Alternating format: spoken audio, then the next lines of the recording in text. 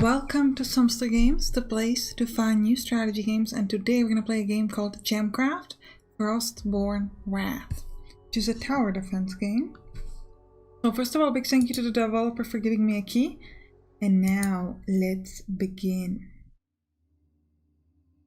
Now this game contains gems, which you put into tower slots, and that determines what damage the tower does, and you can also combine them with different kind of gems to create some really interesting and really powerful setups. So this is our base. If any enemy goes into there, we lose points. And here we have gems. So currently we've got two options. We've got a slowing gem and an armor tiering gem. So the purple one is armor tiering. It creates the target's armor level on each hit, and the blue is a slowing gem. So I'm going to add some more slowing gems over here and armor tiering in there. If we have multiple gems of the same level, we can combine them to a more powerful one. So for example, I could create another slowing one, and then I could grab this one and combine them into a new one. Now let me show you how it compares to the regular ones. So the normal ones do 5 to 11 damage with range 5, 1.33 shots per second, and 7 to 12 damage, range 5, 1.27 shots per second. The combined one has essentially twice the damage, a little better range, and not quite twice the shots per second, but a little bit more. And this also slows the enemy by 13%. And armor level gets reduced by 2.74 per hit, as opposed to here where it gets reduced 4 per hit, so that's a bit more. And this gets sold for 18% per second. So you can see that the effects are a bit lowered, but the combined strength, like the damage and things like that, is stronger. We also try to combine gems of the same type. For example, I could combine these two, and then we could see how this gem of two different powers compares to this one. So you can see this one has higher damage as opposed to this. This one has a lower range as opposed to the special one. It does shoot more often, and this one slows the enemy by 22% as opposed to this 13%. We can also place new towers and walls if you wanted to. So for example, I could build a new tower, let's say here, and get a little bit more damage. That way I could add another slowing gem to really slow down the enemies. I'd also build walls, which are going to force the enemy to kind of walk a little bit longer around and make sure that they spend as much time around your towers as you'd like. We have achievement unlock clean orb. Win a battle without any monster getting to your orb. First blood, kill a monster, dichromatic, combine two gems of different colors. And what I think is really cool is as you win levels, you unlock a story.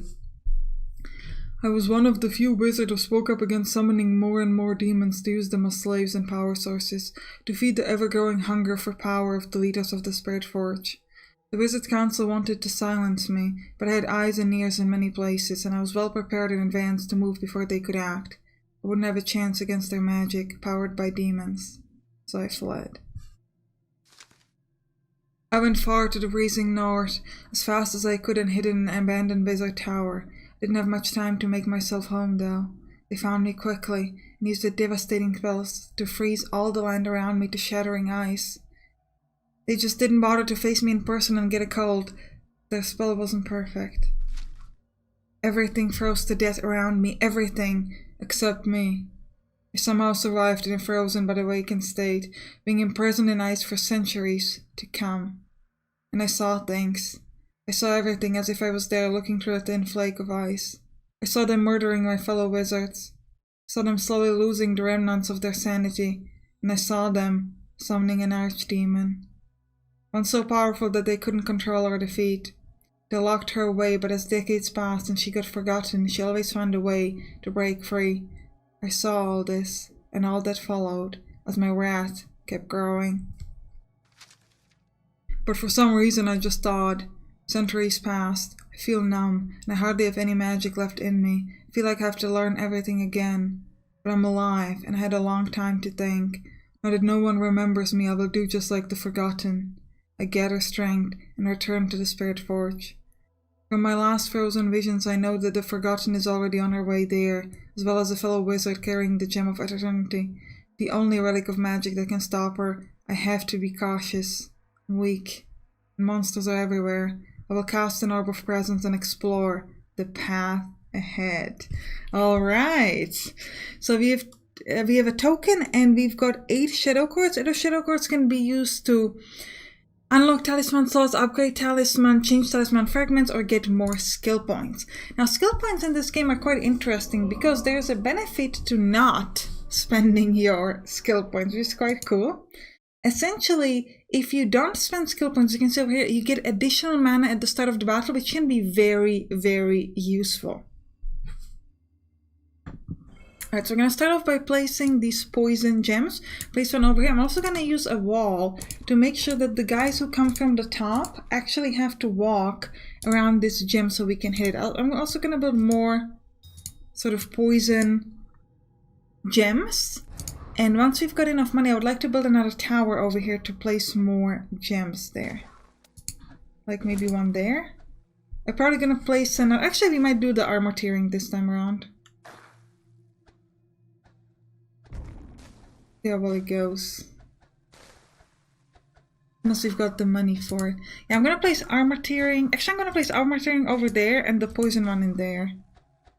Because I don't know if we've got enough time for the poison to reach them while as they move through. Because there's 8 poison damage over 9 seconds, so it takes quite a while for this to get activated. Next thing I'd like to do is I'd like to combine 2 poison gems into a stronger one. So we gotta wait till we get 240 mana. So we can combine it into a stronger one. Here's what we're gonna do. So let's combine this. Now we're gonna get a bit of a stronger gem. 14 poison damage over 9 seconds, and regular damage is also increased. Not by that much, but it does help a little bit. I'm gonna add another poison gem up here so that the enemies who come from the top can get hurt as well. And maybe we'll buy one more and again do some combinations, especially over here could be useful. Getting that extra damage seems always good. We got a first talisman. We're going to talk about talisman a little bit more later. Alright, so let's try to combine these two. It's going to be a bit of a problem because we don't hit the enemies before this gets combined, but I think it's worth the extra damage we get a little bit later. Or at least we hope so. Yeah, it's fine. I was wondering if I want to build a wall around it to make them kind of walk a bit more around the enemies, but it's not necessary right now. Good. We could try to combine these two, maybe?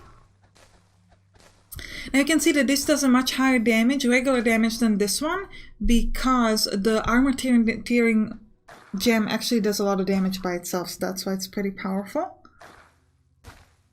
Good, very nice. But the poison damage is much lower. Alright, victory. There's a lonely light among the trees in the forest nearby, and it feels warm too. Warm that I haven't felt for ages.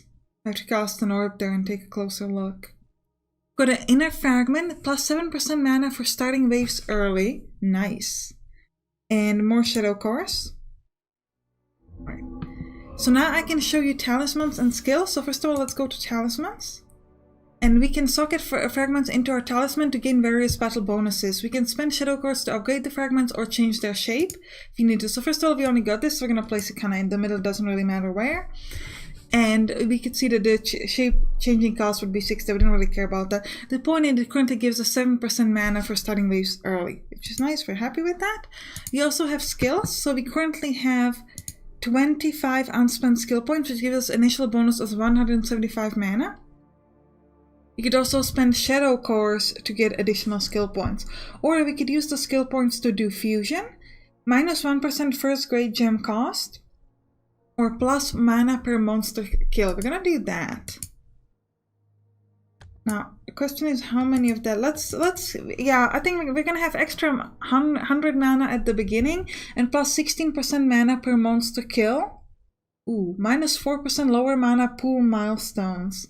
Next skill level cost, yeah, let's do that then. And we'll still have 10 unspent skills. Now, as you can see, this is only lit up one part of it, so essentially each of these areas has a different kind of mode.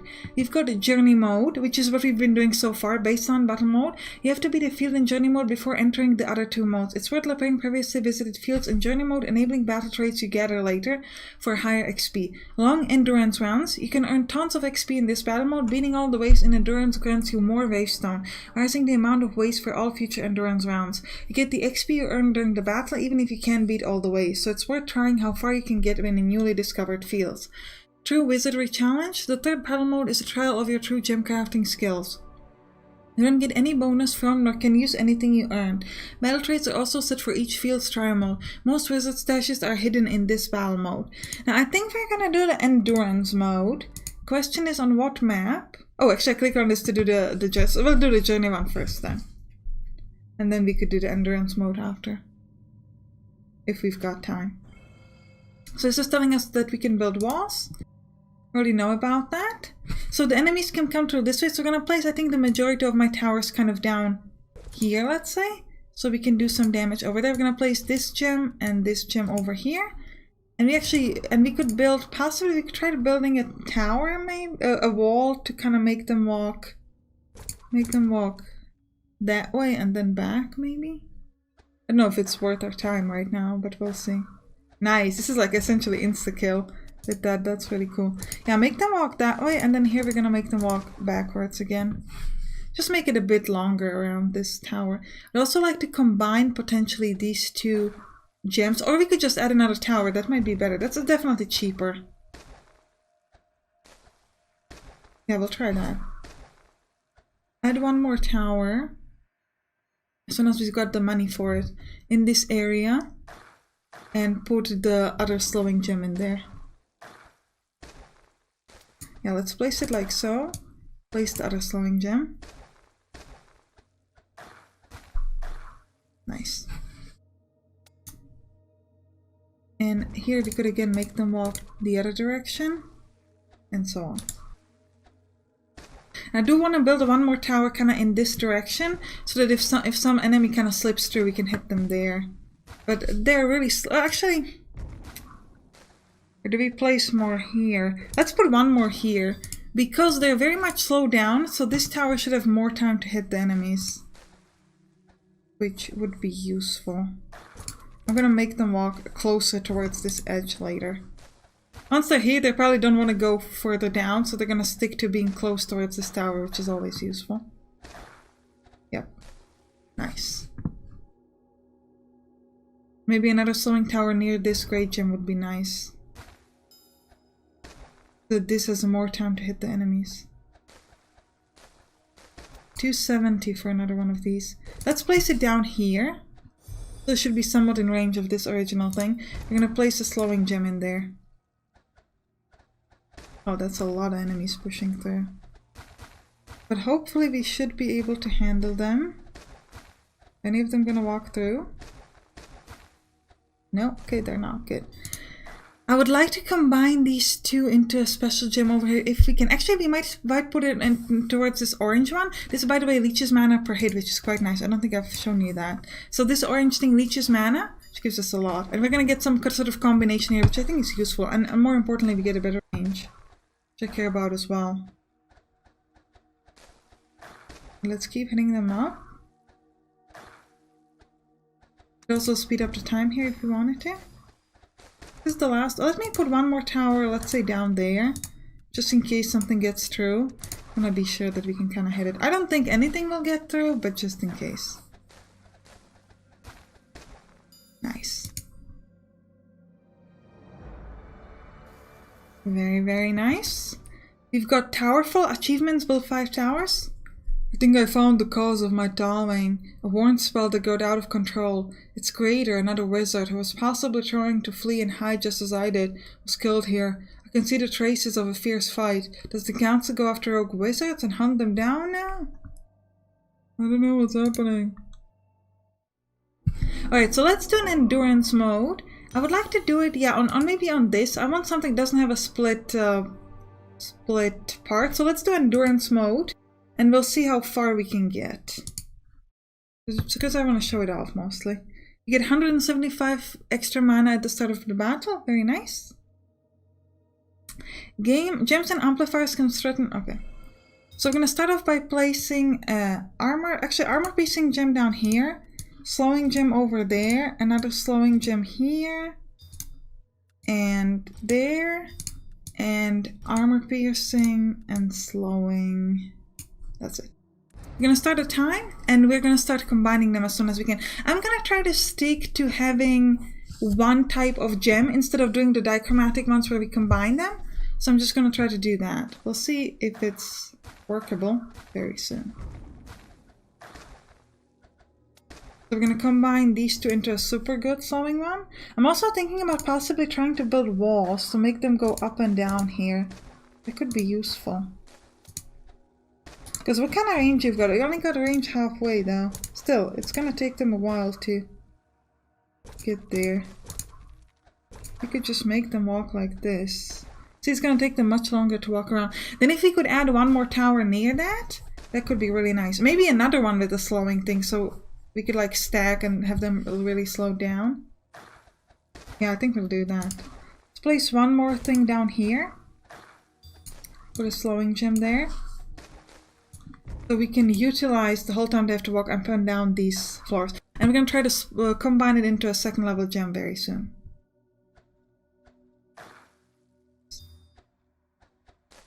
Speed it up a little bit till we got enough mana for that. Yeah, okay. Split it into a combination. Nice. Then I want one tower kind of here towards the end, just in case something gets that far. The next thing I'm going to try is I'm going to again try to upgrade this thing. So we're going to start upgrading from the beginning, I think, slowly. Make one more of those and combine that. Well, I hope this has enough to kill them. Yes, it does. Do we want to try more walls? I think we might. Try to make them walk like that way and then backwards and then again this way maybe? Minor detours, build 15 walls is an achievement we got. Ooh, we'll see if this can kill them all.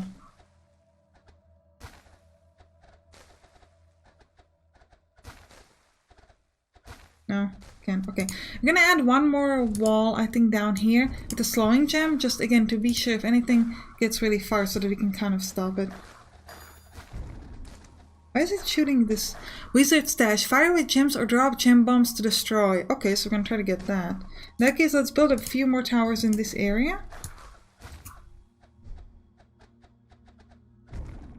So that we can start hitting this.